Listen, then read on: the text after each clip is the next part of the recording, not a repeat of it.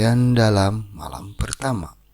Seorang pria miskin, sebut saja namanya si Udin, akan menikah dengan gadis pujaan hatinya. Namun dia ingin sekali memiliki celana dalam baru. Karena kekurangan uang, si ibu dengan kasih sayang menjahit sebuah celana dalam dari tepung terigu. Sebagai pengantin baru, malam pertama yang ditunggu-tunggu akhirnya tiba. Dengan rasa penuh percaya diri, si Udin langsung buka celana.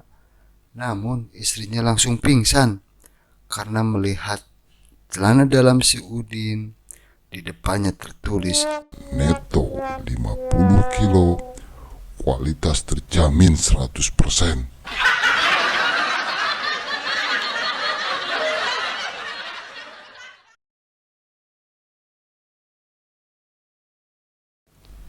ibu muda yang menyusui anaknya.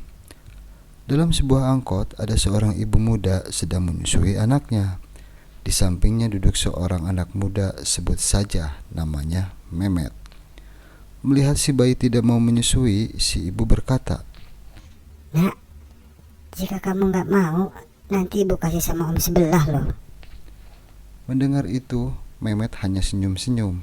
Beberapa saat kemudian, si bayi melepas lagi susunya. Melihat itu, si ibu kembali berkata, Ih, kamu nak, nakal ya. Sekali lagi kamu lepasnya, ibu benar kasih sama om sebelah. dengan nada serius. Mendengar itu, Mehmet melotot dan menelan ludah. Hal itu terus berulang beberapa kali. Melihat itu, Mehmet gak sabaran dan berkata, Bu, kapan nih ngasihnya sama saya? Kayaknya dari tadi saya sudah nunggu-nunggu, tapi kok gak dikasih? Rumah saya sudah jauh kelewatan nih. Kasih kepastian dong, Bu.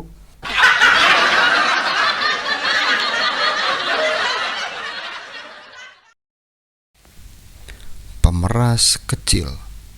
Seorang anak kecil yang bandel melihat kakaknya dicium oleh teman lelakinya. Esok harinya ia menemui lelaki itu dan berkata, Abang, semalam mencium kakakku ya? Iya, tapi jangan keras-keras. Ini 10.000 untuk tutup mulut. Terima kasih, ini uang kembaliannya 5.000. Loh, kok pakai uang kembalian segala? Saya tidak mau nakal abang. Semua orang yang mencium kakakku juga ngasih 5.000.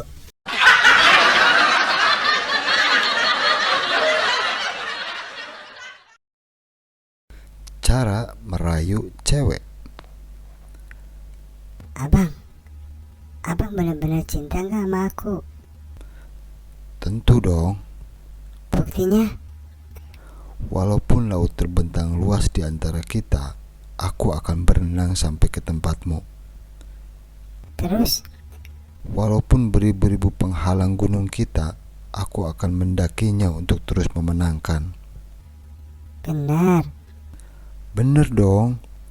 Dan walaupun badai api mengelilimu, aku akan menerobosnya untuk terus mendatangimu. Terus kenapa kemarin gak datang? Gerimis.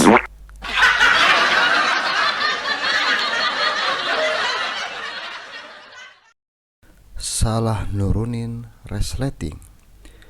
Tukiem, seorang wanita dewasa pegawai sebuah kantor swasta asing, pagi itu mau berangkat kerja dan lagi menunggu bis kota di depan gang rumahnya. Seperti biasa, pakaian yang dikenakan cukup ketat. Roknya semi mini sehingga bodinya yang seksi semakin kelihatan lekuk-likunya. Bus kota pun datang. Tukiem berusaha naik lewat pintu belakang, tapi kakinya kok tidak sampai di tangga bus. Menyadari keketatan roknya, tangan kiri menjulur ke belakang untuk menurunkan sedikit resleting roknya supaya agak longgar. Tapi masih juga belum bisa naik. Ia mengulangi untuk menurunkan lagi resleting roknya. Belum bisa naik juga ke tangga bus.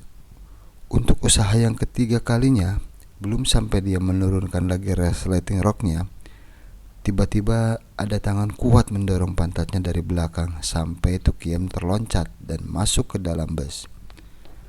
Tukiem melihat ke belakang, ingin tahu siapa yang mendorongnya. Ternyata ada pemuda gondrong yang cengar-cengir melihat Tukiem. Hei, kurang ajar kamu. Berani-beraninya nggak sopan pegang-pegang pantat orang. Si pemuda menjawab kalem, "Yang nggak sopan itu siapa, Mbak? Masa belum kenal aja berani-beraninya nurunin resleting celana gue?"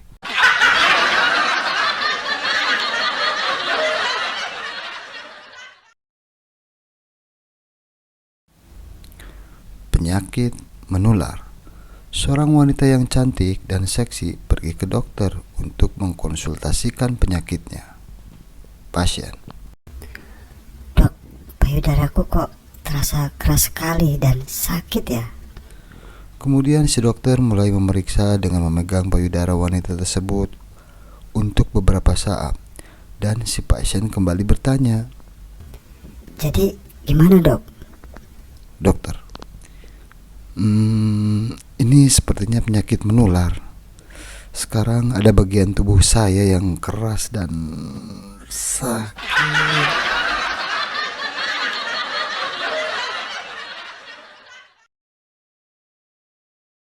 Sakit kanker atau AIDS. Seorang penderita kanker diberitahukan oleh dokternya bahwa hidupnya tidak lama lagi, hanya sekitar 2 minggu lagi. Mendengar kabar tak mengenakan hati, ia memberitahukan anaknya untuk segera mengadakan pesta besar perpisahan. Di tengah kawan-kawannya, ia menyatakan, "Maaf teman-teman, saya mengumpulkan kalian agar tahu bahwa saya tak lama lagi akan meninggalkan kalian. AIDS telah merongrong tubuh saya." Anaknya dengan heran bertanya, Ayah, mengapa ayah berbohong atas penyebab kematian ayah? Ayahnya menjawab, "Shh, aku tak mau salah seorang dari mereka akan tidur dengan ibumu yang cantik setelah aku meninggal nanti."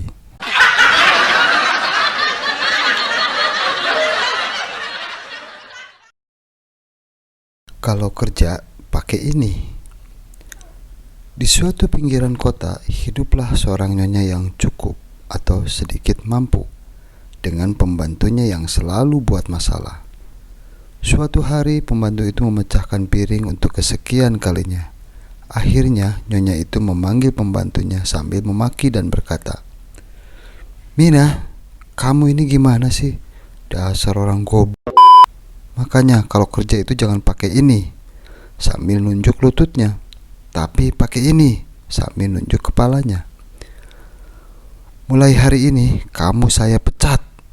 Akhirnya pembantunya pergi. 5 tahun kemudian di suatu supermarket, si nyonya ketemu dengan pembantunya yang dulu, tapi dengan pakaian yang mewah dengan banyak perhiasan emas. Si nyonya memanggil, "Mina, kok kamu sekarang berubah menjadi kaya? Kok bisa?" Si pembantunya menjawab, "Makanya Bu, kalau kerja itu jangan pakai ini," sambil nunjuk kepalanya. "Tapi pakai ini dong," sambil nunjuk di antara kedua pahanya.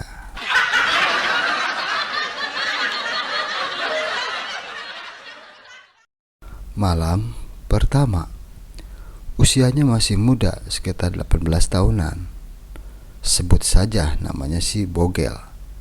Dia telah jatuh cinta pada seseorang nenek berumur sekitar 50 tahunan yang bernama Ija.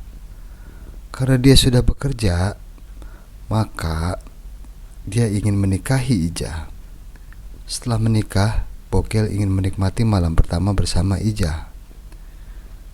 Setelah berjuang dengan susah payah, akhirnya si Bogel berhasil menembus sela-sela pahanya si Ija dan memasukkan burungnya ke anunya si Ija. Dengan bangga, si Bogel memuji Ija.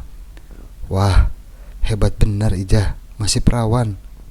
Dengan kalemnya, Ija menjawab, "Maaf mas, tadi bukan perawan saya yang sampean tembus, tetapi celana dalam saya yang belum sempat saya buka."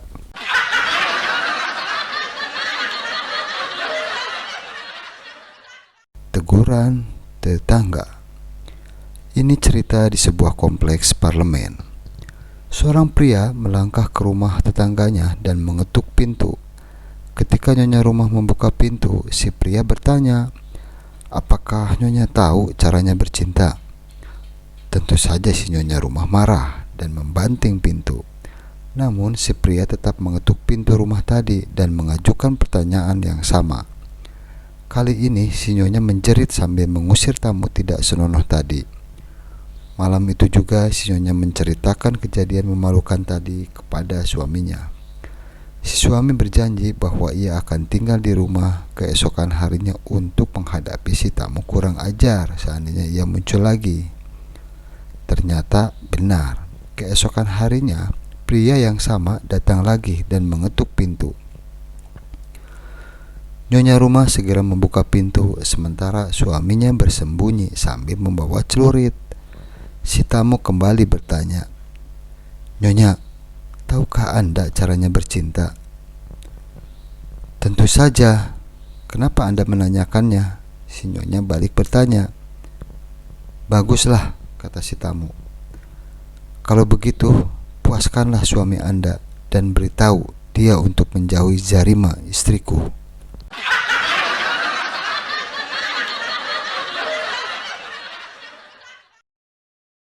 Kehebatan suami. Dua orang ibu rumah tangga sedang berbincang mengenai kehebatan suami mereka di atas ranjang. "Suami saya sanggup melakukan hubungan seks selama 1 jam.